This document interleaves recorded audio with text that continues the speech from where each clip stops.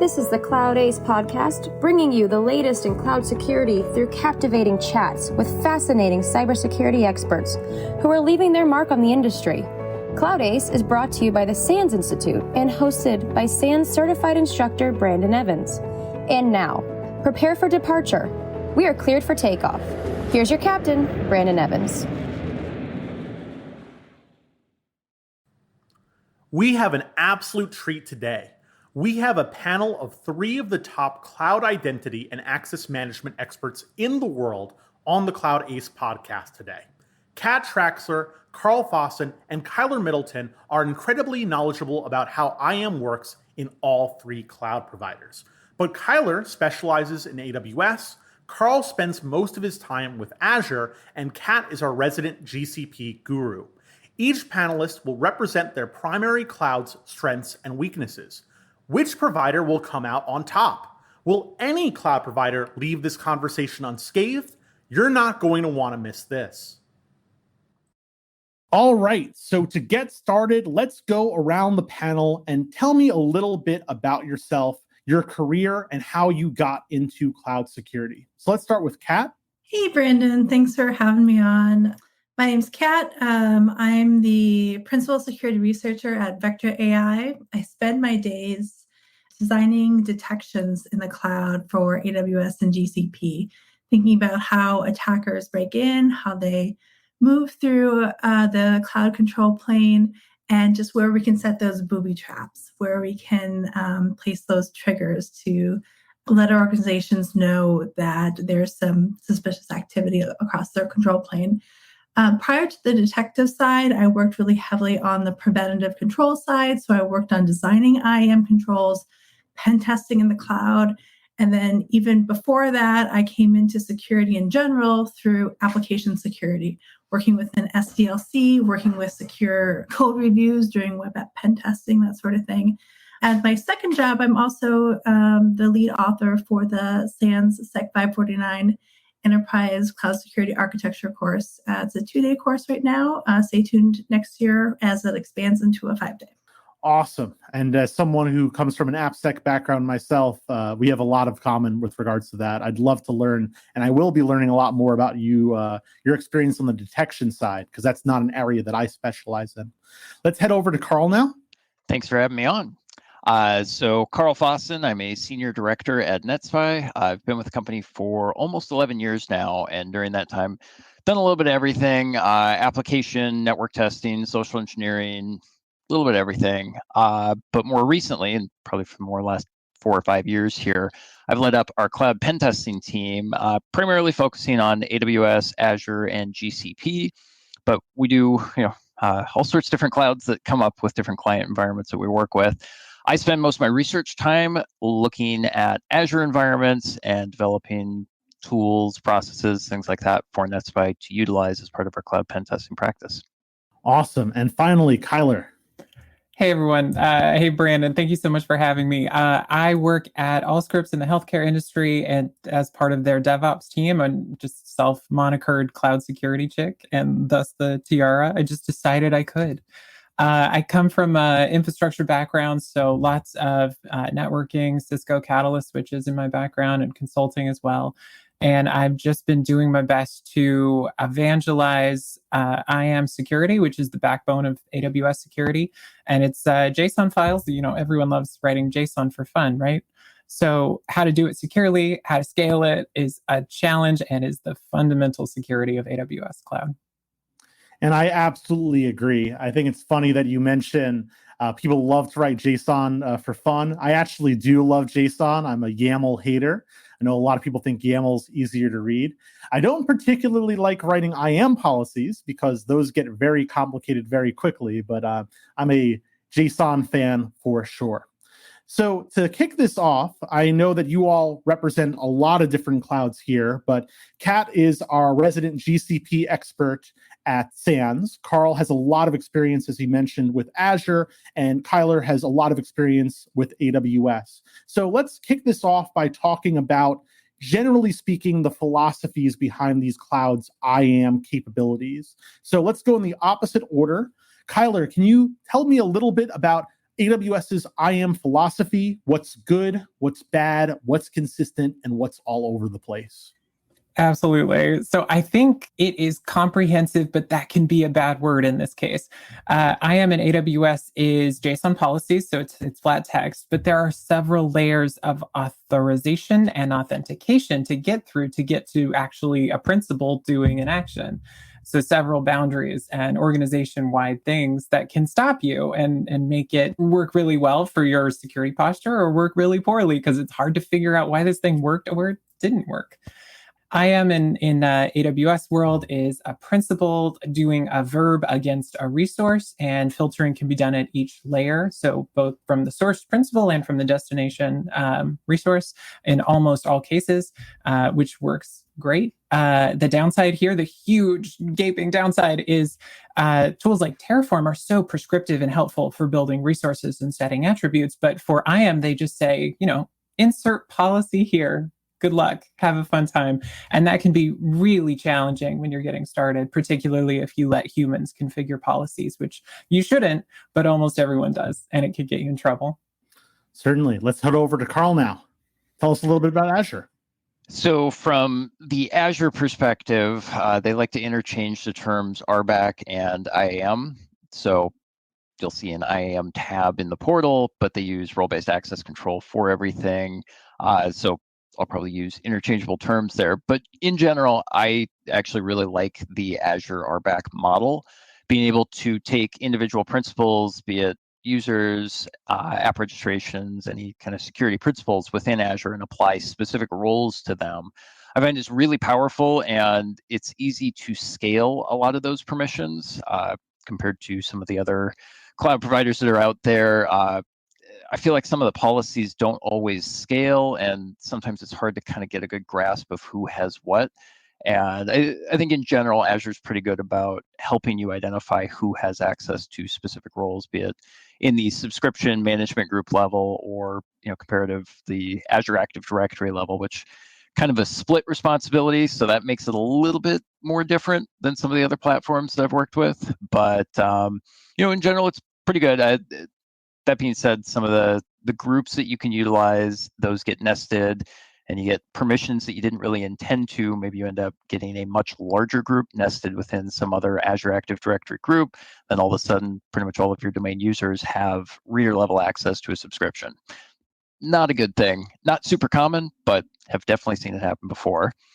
The other kind of bad and sometimes bordering on total mess of things, some of the built-in permissions for the built-in roles that are available for Azure can be abused. We've had a couple of situations where we've identified excessive permissions that would give us access through a specific role to identities or principles within Azure that have, say, contributor on a subscription. And some of those built-in policies have allowed for privilege escalation in the past. So I think Microsoft's doing a good job of cleaning those up from a built-in policies perspective, but those have been kind of a problem in the past. Awesome. And finally to Kat. I feel like I have, fairly aggressive opinions about IAM, specifically in GCP as it compares to specifically AWS, because that's my other cloud that I work in. GCP has this very strong concept of a hierarchy where AWS is it's completely flat. So permissions in GCP are all and should all be constructed around at which level you apply them. And so because there's such a strong hierarchy there, you need to understand which level you apply your permissions to, which then, informs the child resources. Applying, compute admin at the project level implies that you have access to all of the computes on that project, where if you apply compute admin at a single compute, only that compute has access. To me, it makes a ton of sense, but to some people who are coming from the AWS world, where there's not that strong inheritance model, it can be really confusing. And another thing I really love about GCP is that they completely work with resource-based policies. In AWS, there's this mix between identity-based policies where you can say like Bob has access to something, or who has access to the bucket. You can kind of go back and forth between identity and resource based. And like most of the confusion, I feel like, is between the interplay between those two. In GCP, it's all resource based. All you apply policies not to the individual, not to the user account, but you apply things at a resource. And that resource could be at an organization, at a folder, at a project, or at the individual resource. And then even below within the resources, sometimes there's further child hierarchies. So that's something I really love, is that there's not this confusion between these two ways of applying policies. There's just the one way. It's all resource-based. So I find it to be a much simpler model to understand, to scale. And then with some new tooling that they came out about a year and a half ago, you actually can enumerate all the permissions within your organization. Up until about a year and a half ago, that was a difficult task that required a lot of scripting. Awesome. And Karl, you wanted to add something? Yeah, I'll chime in on the hierarchy. Azure is very similar with management groups and subscriptions and resource groups and resources underneath that. And I really like the ability to apply different roles at those different levels. Now, from an attacker perspective, getting something at the management group level or root management group level, that's nice for us because that just cascades out through everything else. But same with Google, that hierarchy is really nice to work with applying those permissions. It's really interesting in AWS how siloed the management of different accounts is. I mean, for IAM, but for everything too. Like all enterprises have dozens of accounts, and switching between them, I literally need like 6 incognito windows open because each one's in it. Like, it's very different from the Azure world of, I just have all my accounts listed and I can just go to them and assign permissions. So there's a lot of, I sure hope this JSON policy lines up from the source account to the dest account with the verb that I need against the resource. And that can be a pain. Then there's a better way. And it's how every other cloud is doing it.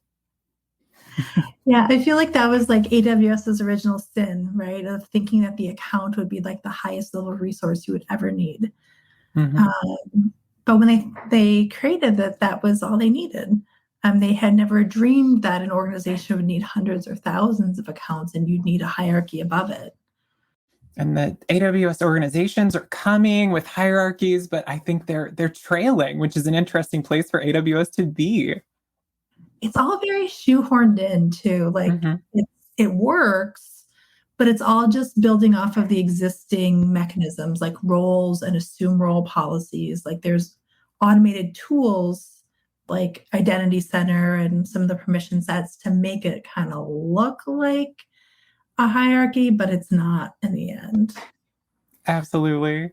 And I noted, sorry, Brandon, I noted when Karl said you run a report against a specific resource. In AWS, that doesn't exist as far as I'm aware. I'm sure someone will teach me if it does. But mostly it's a principle-centric view of who is initiating the action. And if you want to say, like, here's a specific resource and it doesn't have a policy, who can talk to it? Who can do an action against it? Good luck. You'll need a third-party tool, as far as I'm aware. Yeah, you might be able to detect who's using what just by analyzing CloudTrail logs. But that's certainly not as ideal as being able to, without a third-party tool, determining who has access to what. Absolutely. Awesome discussion. And yeah, 100%. Amazon is behind because they took a really long time to implement organizations. I believe they came out with organizations in 2017, which is 11 years after AWS really got onto the scene. And yeah, not only is it important to have multiple AWS accounts organizationally, but it's also a great security concept of having your objects, your resources in different accounts so that if you, for whatever reason, apply way too many IAM permissions in one account, that's not going to result in everything getting blown away in another account. But organizations are here now, and we do have organization service control policies that allow us to mandate the maximum amount of permissions that someone can have within an organization. But are there any pitfalls that AWS has with regards to organizations? Does it do a relatively good job, or are there pitfalls because organizations were retrofitted on top of traditional IAM?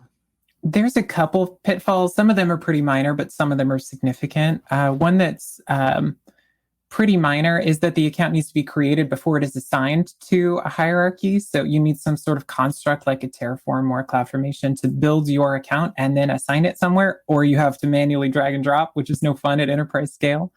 And one of the other pitfalls that you can run into is SCPs take effect immediately, and they are enforcing and they are blocking. There's no, log only, monitor only mode for SCPs. They're just right away effective. And if you see something break, you roll it back. And hopefully that doesn't interrupt your operations, but it certainly can.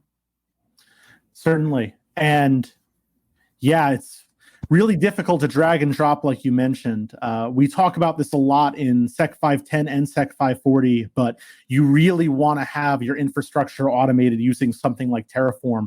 And one of the cases in which I learned this firsthand was actually with regards to breaking up a ginormous AWS account into multiple different accounts. And because so many things were manually created, we had to go back and actually create infrastructure as code to create those environments, which was a nightmare. It was terrible. I'm already having flashbacks thinking about it. So if nothing else, hopefully hopefully this story shows you that you really want to be doing infrastructure as code from the get-go.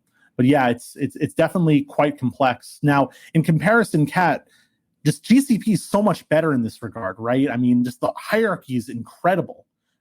Yeah, GCP is pretty amazing. What can I say? No, it's always been considered a first-class citizen, right? Like the org has always been considered, your first stop, followed by your folders at, I think up to 30 folders deep, but don't do that.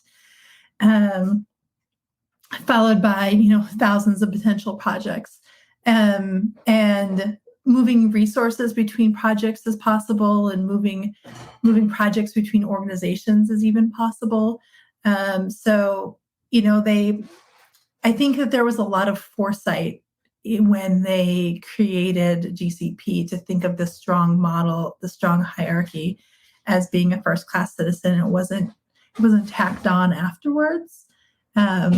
So it really is just, a hierarchical construct that you can work with, and you need to leverage to, map out all your resources and have it be in a way that you can apply policy to effectively.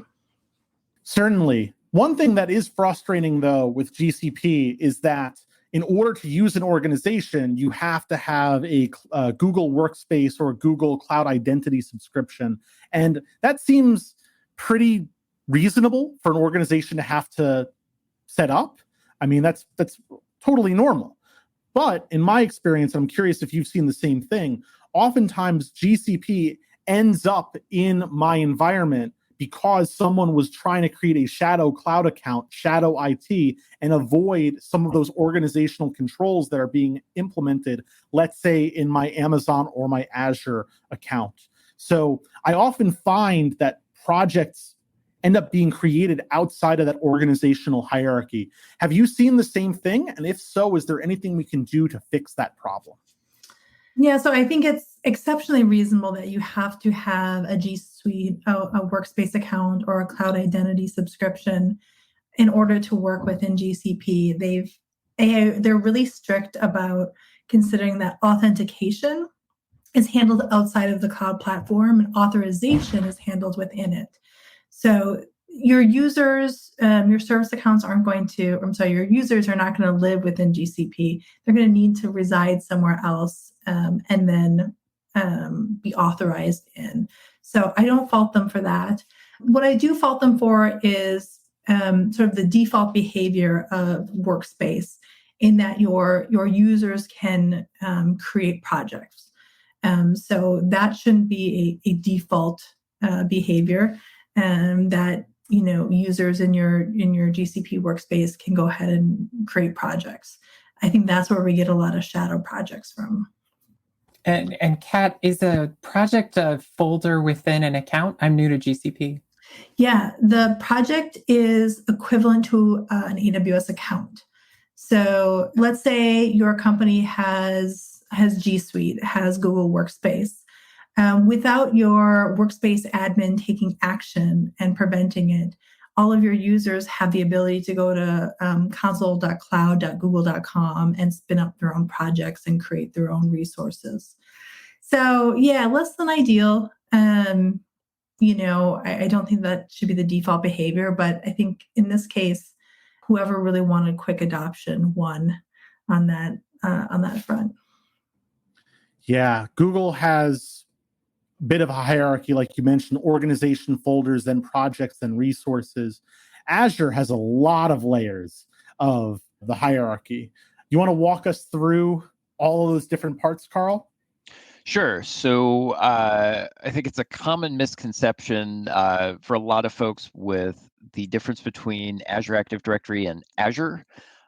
So Azure Active Directory being the identity provider and typically having a tie-in for more traditional Active Directory environments. So we do see a fair number of just pure Azure Active Directory, never touch an on-prem domain controller kind of environments.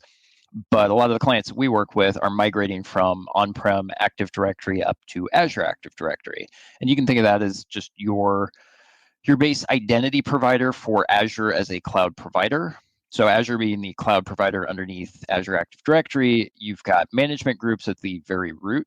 So everybody has a root management group, even if you just have one subscription. And underneath the management groups, you can have child management groups and then subscriptions underneath that. And then that hierarchy can really branch out from that point. I think they nest up to 250 layers, something like that. So you can get really, really complicated with your Azure account or Azure tenant structure. So it kind of goes all over the place. And to tie it back to the role-based access control, you can apply any of those roles at any of the different levels. So management groups, child management groups, subscriptions, and even below that, the individual subscriptions, so on par with projects or accounts for GCP or AWS, these subscriptions have resource groups and resources underneath that. And you can apply roles at every single one of those layers. So it does get a little bit complicated, but the resource level granularity and kind of tiering up from that is really nice. Certainly. So one of the things I really like about resource groups is that you can just wipe them out and get rid of all of the resources underneath there, which is very important for my use case, which is creating lab environments. With AWS and GCP, well, GCP is not bad. You just get rid of the project. And I guess you could close down the entire AWS account. But if you want to get rid of all the resources within this portion of your Azure account, it's really, really simple, I think, in comparison to the other providers. But yeah, there's a lot of levels there. 250 levels within Azure. I think it may nest up to like 255, something like that. I'd have to go back and double check it. But yeah, you can get pretty deeply nested in that structure.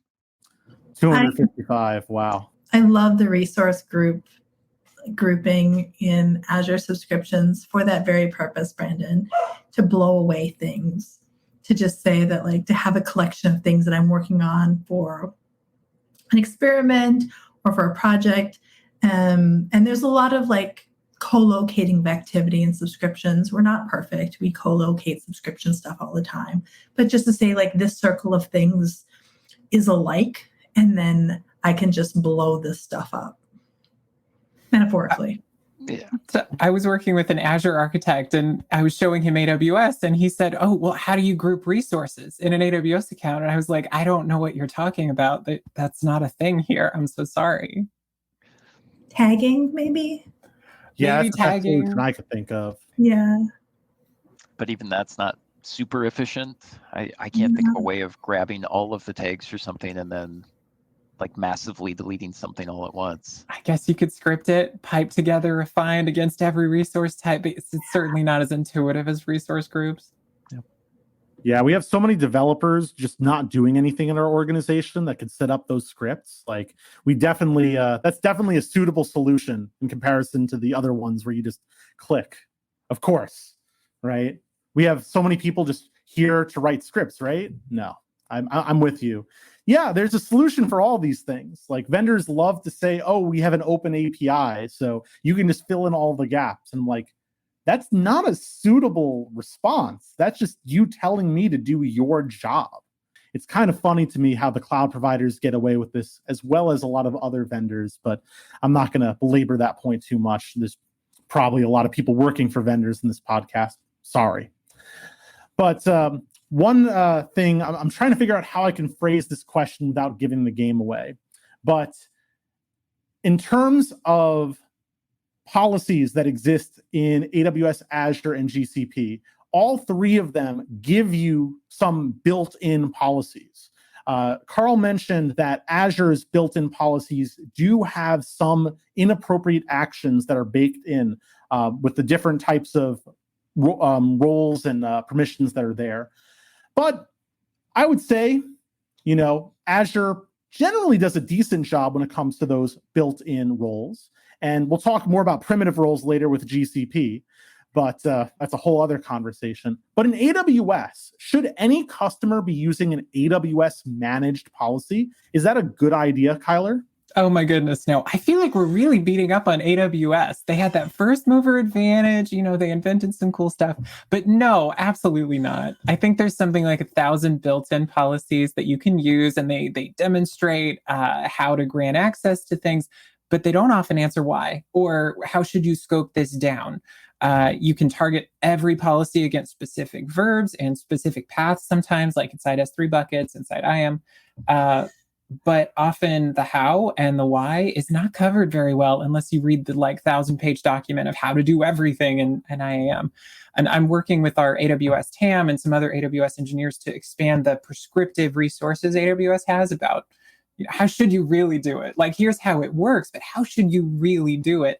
And that kind of stuff is just pretty nascent at this point. So hopefully they build it out because, don't use the ones that are built in, least privilege, target everything, verbs and resources. Yes, please. And it's just so frustrating to see that with AWS. Like you mentioned, the scope in particular is problematic. AWS does grant too many actions in some cases.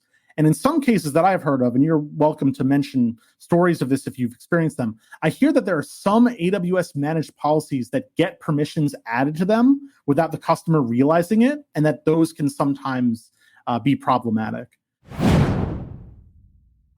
Support for the Cloud Ace podcast comes from the SANS Institute. Major enterprises are now multi-cloud by choice or by chance. Vendor-specific training only covers one cloud provider at a time. Sec 510 Public Cloud Security, AWS, Azure, and GCP is different. It explores the strengths and weaknesses of the big three cloud providers in depth, exposing insecure default configurations as well as inherent security issues that cannot be directly mitigated. By completing over 15 hands-on exercises that cover each major cloud provider equally, Sec 510 students develop a deep understanding of the underlying design and implementation of the providers and their services in order to secure them appropriately. Continue your journey in cloud security by visiting sans.org/sec510. I look forward to having you in class. But the biggest thing for me is that resource clause. But did you want to mention an example of that you had on hand? There was a recent example that it was an S3 bucket reader policy that was supposed to grant only metadata, and it actually, one of the built-in policies granted access to all of the data within all the S3 buckets, and it was a silent update that was just deployed. And they rolled it back in a matter of hours, but for a little while, everyone that used that built-in policy could read all the files on all the buckets, and that's not good, especially in the healthcare space like where we are, but just not good. Yeah, and is that related to this one policy relating to AWS support?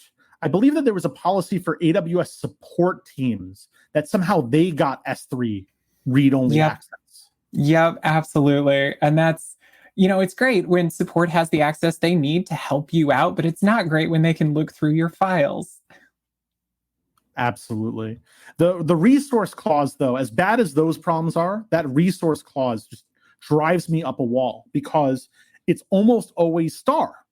Because how could AWS possibly know what buckets are sensitive and what buckets are not sensitive? How could you possibly know that? You can't.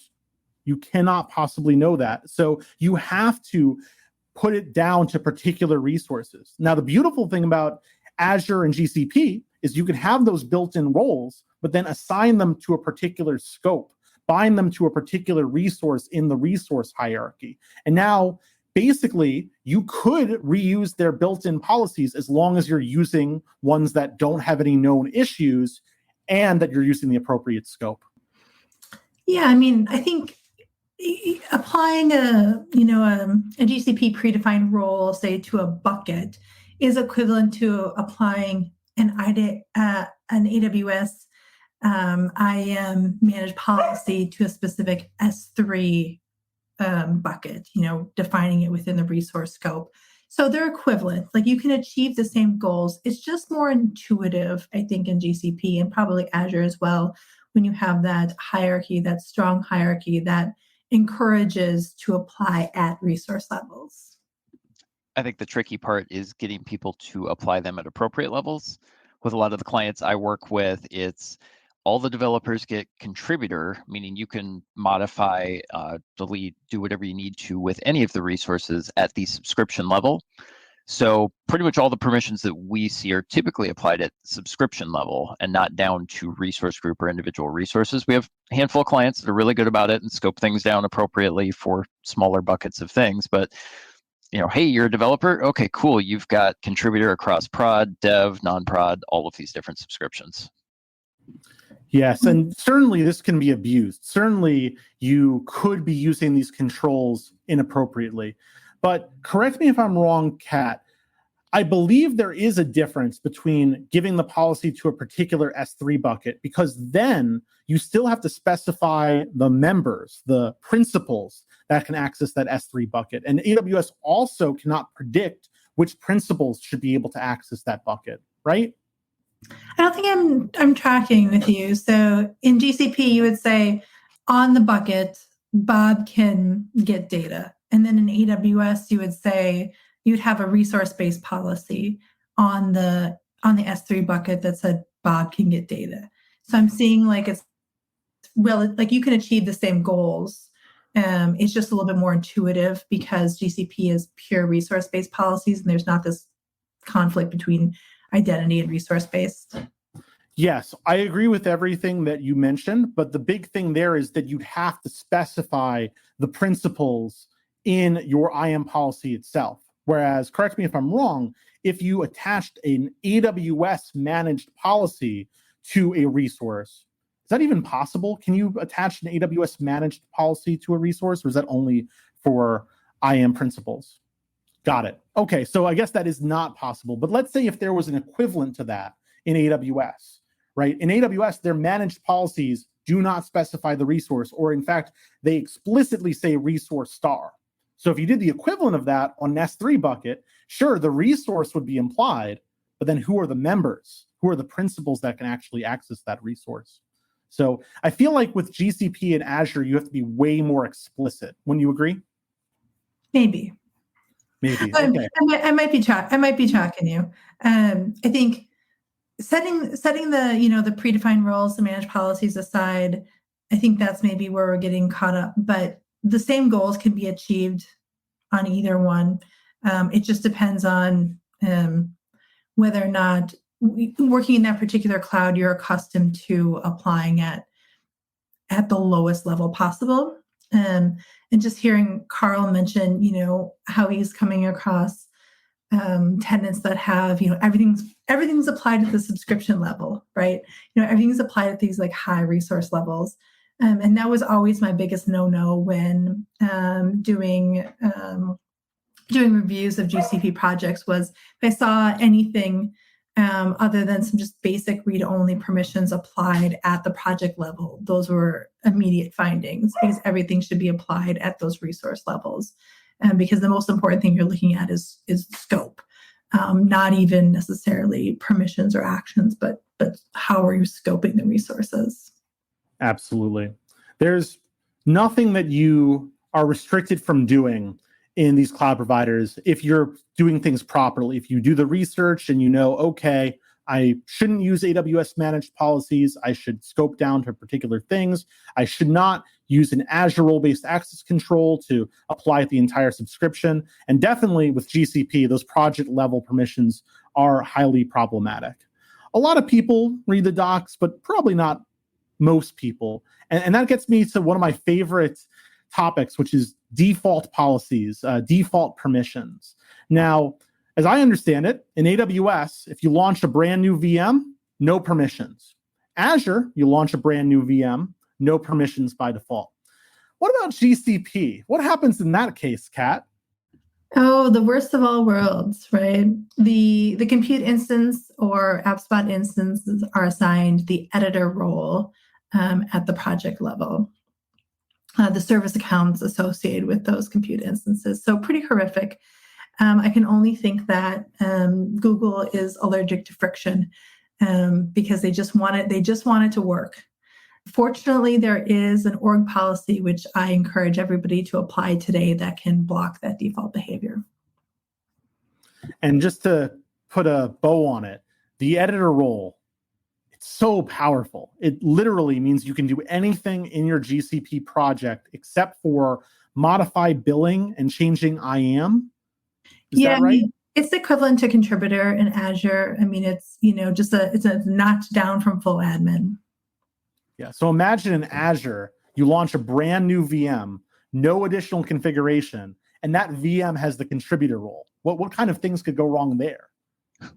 Well, I'd say that's on par with the automation account run as accounts that used to be kind of the standard for automation accounts within Azure. So kind of the serverless code automating a lot of the functions in Azure, you can utilize built-in run as accounts. And initially when those were set up, and Microsoft's migrating away from those, really encouraging people to use managed identities instead.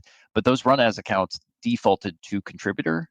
And we've found a couple of different ways to get access to the credentials. So typically a certificate for that run as account to extract those out of the automation accounts. There was an issue with the manifest within Azure Active Directory that was storing those PFX files up in clear text format that anybody in Azure Active Directory could read.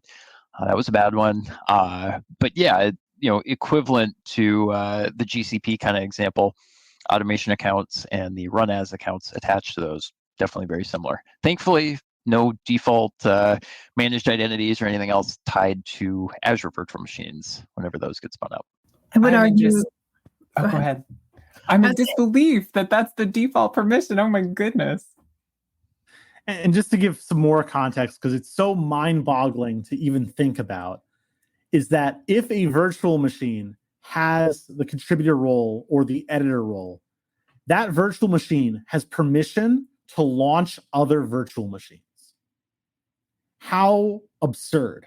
Why would that be the default behavior of an application VM? That's just wild. He said, somebody's very allergic to friction.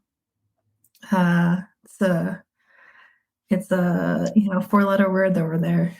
Is that like a GKE clustering kind of thing? So you need to spin up other nodes of a cluster, or? There's probably lots of kind of like legacy paths reasons why like that an EC2 instance would be helpful if they just had access to everything. A lot of the legacy paths, like the data flows and data procs of the world, they all just ran on computes. So having the compute instances have those permissions probably just made it all work.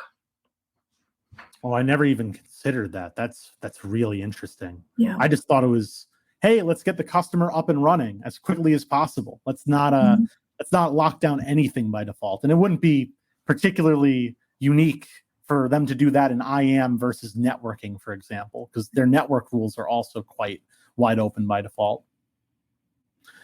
Yeah, it's quite wild for sure. So you mentioned about getting permissions, escalating your permissions with the run as. By the way, I'm not familiar with that capability, so thank you for mentioning the run as, you said, Azure capability. Yep. So you mentioned how you can basically get the permissions for that concept using PFX files, using a certificate. Now, for IAM today in AWS, Azure, and GCP, we have what's called the Instance Metadata Service. And I feel like no conversation about IAM in the cloud would be complete without talking about IMDS. So does anybody want to give us a little intro to what IMDS is all about? Not everybody at once. I can talk a little bit about it. So it's in the AWS world, each EC2 instance, anything that has an ENI, a network interface, and a VPC, can call a 169 address and get back a web response of a whole bunch of information about the account number, the name of the host, the all sorts of metadata about the individual instance. Is that what you're talking about, Brandon? Yes, and what's in that instance beyond just basic metadata is credentials or some kind of token that allows you to authenticate to all these different PaaS services. So the IMDS is such an under-discussed topic. Anybody else have any thing to follow up there with? Not to say anything bad about AWS, but I feel like GCP and Azure have a little bit of, a benefit of requiring specific headers for calling the IMDS versus AWS. If you're using V1, you could potentially SSRF or server-side request forgery IMDS tokens out of AWS EC2 instances or other services through SSRF. With Azure, you're required to have specific headers attached, or depending on the PaaS service that you're working with, there's certain environmental variables that you can utilize to request those specific. Azure uses JWT or Java Web Tokens that you have to scope specific resources to. And it's a little bit of a different process, but same idea. You hit a metadata endpoint and get a token back and use that token back with APIs. So a little bit of a benefit of requiring those extra bits of authentication from an Azure and GCP perspective, but AWS is improving on that. Yeah, I feel like GCP and Azure are the most rational defaults at this point. By default, requiring the header with their latest and greatest metadata services. That wasn't always the case for GCP. They had legacy metadata services that took them a long time to shut down. But I do think that for those who really want to lock down their metadata endpoint, AWS actually has probably the best security controls you can implement if you're aware of them and you're on top of specifying the number of hops that are allowed for the token. I don't know if you want to chime in on that, Kyler. In terms of past role, is that what you're talking about? Oh, I was referring to specifying the number of hops the token's allowed to make from after being generated. 1 hop, 2 hops, 3 hops, to prevent a token from being extracted and then being replayed over and over again. No, that's totally new to me. Please take it away. And it gets really confusing because these are 2 different tokens we're talking about. Yeah, if you want to go ahead, Brandon, I'll just Google it real quick here.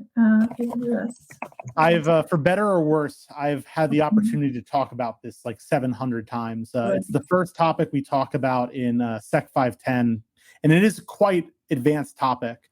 But as mentioned before, you can talk to that instance metadata service to get the credentials for a virtual machine. And by default, with AWS now and with GCP in the past, you would not need to include any headers of any kind. And this was really problematic because of the Capital One breach that happened in 2019. So there's a lot of details on this. We can add those to the show notes. Eric Johnson, who's my co-author, actually did a great write-up about this before we launched Sec 510. But there are some controls now you can apply because of that breach for AWS. One of them is the one that Kat mentioned about having a time to live on the token that you use to talk to the IMDS. So they added a new token for IMDS that you'd have to include in all of the requests, which prevented some server-side request forgery vulnerabilities.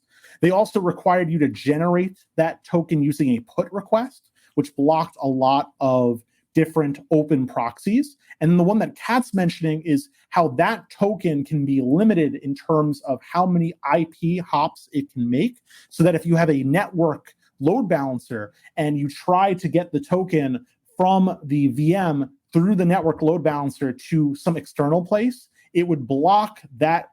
Because it would only be able to move from one IP node to another, and then it would time out, and then it would no longer be usable.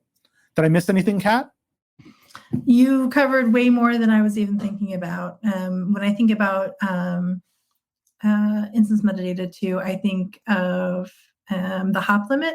But then also, you mentioned the TTLs you can add, which are advanced controls that I don't know how many people really use.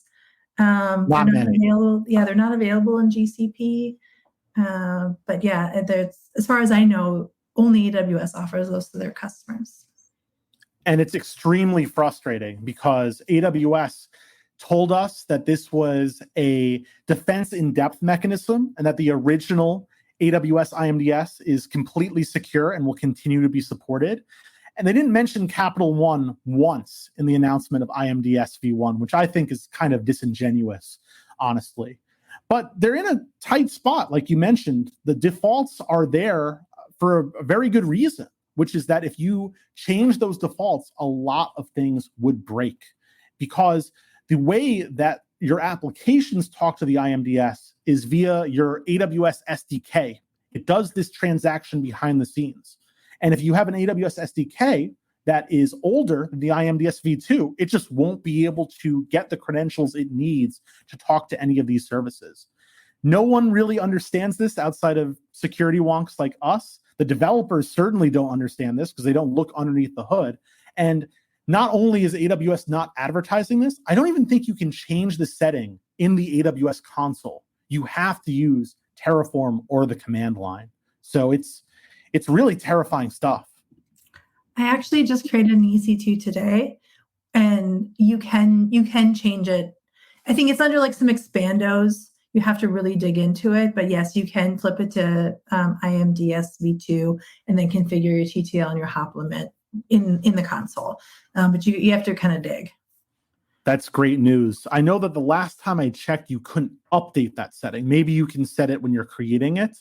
I really hope that they make this more prevalent because it's a horrible default. But with infrastructure as code, you're spinning up new VMs. People are going to have things break if they don't understand that the default has changed. It's really a problematic situation.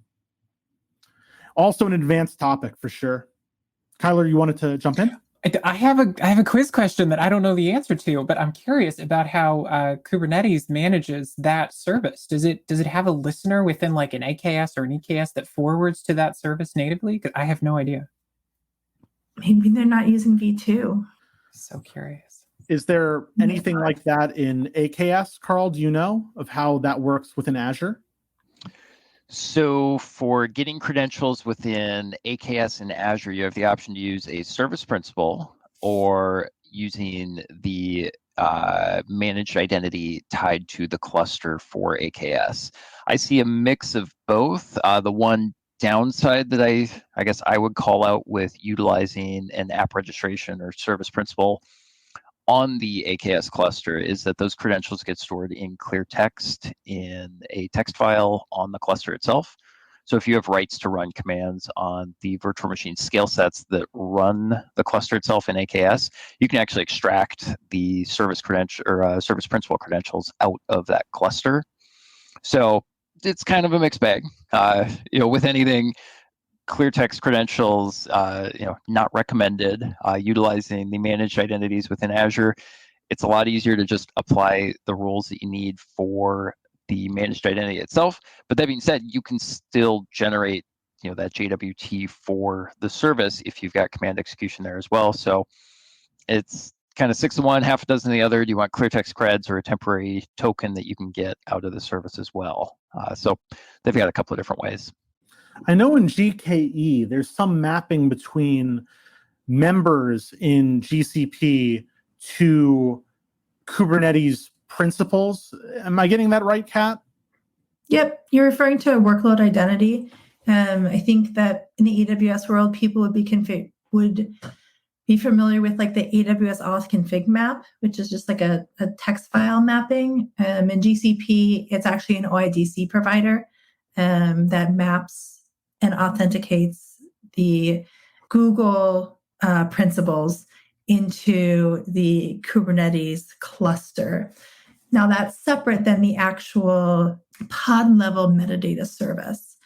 So we've kind of been talking about the metadata service for EC2 instances. You also can have a separate metadata service just for a pod.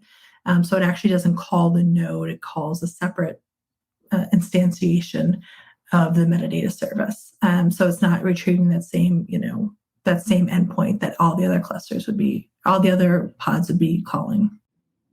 One thing that I like about AWS and GCP, relatively speaking, is I think that their controls in IAM are relatively consistent.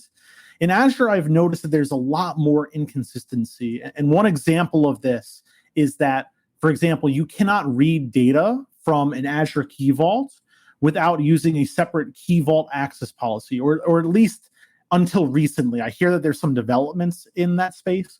Are there any other types of resources that you cannot access using role-based access control, Karl? I'd have to think. There are specific concepts for a lot of different resource types for private networks or private nodes that you can use, so that it restricts the networks that can access the actual resource itself, or a private endpoint, I believe it's the proper term for it. And that's one way to kind of restrict it. It's not really tied to Azure RBAC necessarily. I believe that Key Vaults are really there's other services that would have additional kind of service level roles, but that's really tied to the individual services. From a platform perspective, the Key Vaults really have to have the access policy access. That gets kind of negated if somebody already has contributor on the Key Vault, because then you could just change the access policy and grant yourself access. We've done that multiple times to get access to a secret, where we have contributor and we don't have access to one of the access policy users, so we just temporarily add ourselves to the list, get the secret, remove ourselves. Yet another reason why having those high-level permissions at the subscription level are just so problematic, because even if there's something you can't access using IAM, you can probably use that IAM permission to escalate your permissions. And the same is true for all of these providers. Now, I know that we're coming up on time, but that reminds me of another interesting topic to conclude on, which is that everything we've really been talking about so far has been platform as a service, being able to authenticate to a managed service from one of these three cloud providers. But when it comes to infrastructure as a service, it doesn't quite work like that. You can use IAM to administrate infrastructure as a service. But for example, if you want to access a database that's running on an RDS instance in AWS, or Google Cloud SQL in GCP, or one of the 700 different database services that exist in Azure, if you're running MySQL, you need to use a traditional MySQL user and password. Are there any other areas in which the credentials don't even map properly? Or SSH users, Linux users, another example of this. I think from an Azure perspective, a lot of the services have started integrating Azure Active Directory into it, so you can join something to an Azure Active Directory domain. There's better support for getting those virtual machines automatically joined to an Azure Active Directory tenant and managed with Intune or device management kind of options with Azure Active Directory. Other services like Azure SQL have built-in Azure Active Directory integration, so you have some management over that. But I would say with a lot of the other database services, like you mentioned, it's username and password. You got to generate those on a per user perspective. Where do you store those credentials? How are you managing those credentials? Things get really messy. Anything similar like that in AWS or GCP outside of just those traditional databases that you could think of? Yeah, definitely the SSH keys. You can create an SSH key per host, but that's not what I've seen in the real world. I've seen one key per account per region shared among hundreds of hosts, and that is really a terrible way to run things. There are many tools that permit you to get just-in-time access to hosts or pivot through a bastion host, and sharing SSH keys. Please don't do that, because it's a terrible operational model. And I have seen, this is a recent development, RDS SQL does support IAM authentication into the host recently. It's very new, and I think it kind of works even, which is exciting. And the big one that I'm focused on recently is Kubernetes. It's treated as an application, so they draw the line under it and really don't extend their permission model into it at all, which is really disappointing so far. And I hope they improve it. Yeah, mapping IAM into Kubernetes is the last frontier, right? It's like goes through a fun house machine and goes wah wah wah wah wah, and then it comes out the other side completely different. We've spent an hour talking about IAM, but the bane of my existence is access control lists, which is long before there was IAM, there was access control lists. And that exists in AWS, that exists in GCP. It's just an alternative mechanism for granting access, specifically in GCP to buckets, where you can specify an owner. See, I have this pulled up so I don't get it wrong. An owner, a writer, or a reader onto the buckets, and then say somebody can have that owner ACL, that owner grant via their Gmail address, specify a G Suite domain identity, specify a Google group identity, or list one of these predefined groups like all users or all authenticated users. So it's this like under the radar access that, oh, by the way, isn't affected by org policy, because org policy or policy constraints apply to IAM. This isn't IAM. These are ACLs. Yeah, there's a lot of messy things underneath the hood, a lot of legacy concepts. I did not know that you could authenticate to an RDS host with IAM as of recently. That's news to me. And I know in GCP, we also have something called OS login, which allows you to translate IAM to SSH keys. So it's going to take a while to get rid of some of those legacy concepts and really bring them under the fold of Cloud IAM. But I, for one, am relatively optimistic, just not as optimistic about the timeframes. So small personal gripe about Azure Active Directory, virtual machines, identity, all of that. We frequently run into backup domain controllers running as virtual machines up in Azure. So anybody that has contributor on those virtual machines or virtual machine domain controllers has domain admin. You can run system level commands on the server itself through run command, any of the VM run command options that you have out there, and effectively make yourself domain admin on a domain that typically is tied back to Azure Active Directory. At that point, if you can, DC sync up with the domain controller, dump out all of the hashes, and potentially crack hashes and get access to other accounts in Azure Active Directory, it really breaks that whole Azure Active Directory permissions model. So we really recommend that people segment off all of those domain controllers off into completely separate subscriptions and keep those away from everything else, because way too often we see just everyday accounts for developers that have contributor on a domain controller.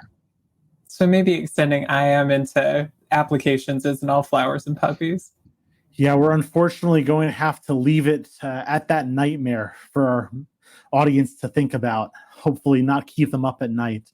But oh man, this was an awesome panel. I'm so glad to have had you all. Before we head out, do you want to plug your social media for the audio? Kyler, you want to get started? Yeah, absolutely. So I am a frequent speaker at conferences and a blogger. I have a Medium that's very active. You can find me at Twitter at KyMid or Kyler.omg.lol is my hilarious web home. That's incredible. Karl? You can find me on the NetSpy blog. That's just off of netspy.com. I'm pretty frequent contributor, primarily Azure-related stuff up on the NetSpy blog. You can find me on Twitter at @KFosaaen. That's me. Awesome. And finally, Kat. Yeah, you can find me on Twitter at NightmareJS. When I have blogs I want to put up, I put up on my personal blog. It's entitled Taste the IAM, kattraxler.github.io, and occasionally I'll put some blog posts on the Vector blog. Excellent. And we'll make sure to put all of those details in the show notes as well. With that, I hope you have a wonderful rest of your day. Thank you so much for taking the time out of your busy schedules to talk about Cloud IAM with me. Yeah, absolutely. Thanks. Thank you.